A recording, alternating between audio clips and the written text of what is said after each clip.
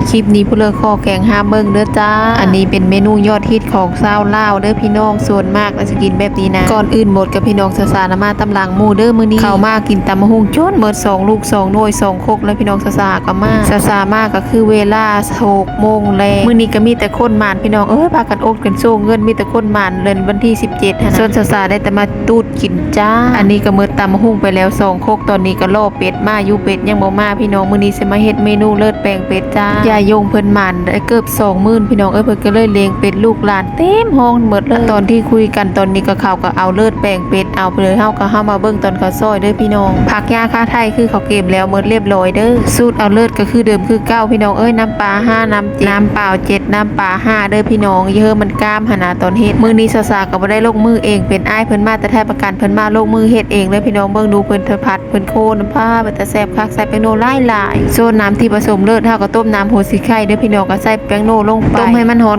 คักๆแล้วเฮาก็เอาลงมาเจ้าให้มันเย็นเด้อจ้าหลังจากที่เฮาโคเนื้อโคอีหยังแล้วเรียบร้อยก็เฮาก็มาผสมเลิศ1น้ำ2เด้อพี่น้องหลังจากนั้นเฮาก็โคเลเข้ากันกระเทศเสื้อจานได้เลยจ้าข้าวเดียวเท่านั้นแหละกล้ามแน่นอนจ้าอันนี้เป็ด2ตัวคือหลายจานแห้งพี่น้องทั้งมื้อ9จานลูกหลานอย่ายงหลายขนาดนี้ยังมาบ่ครบได้คนมาคนบ่มาถ้าคนบ่มาก็มีวักโทลูกเคยหลานเคยก็หลายแล้วพี่น้องทั้งหลานตัวเองอีกคณะมันก็เลยแห้งหลายซ้ำสีสันหน้าตาก็สิประมาณนี้แล้วพี่น้องว่าผู้เลิกบ่กินก็ขอโทษขออภัยนำเด้อจ้า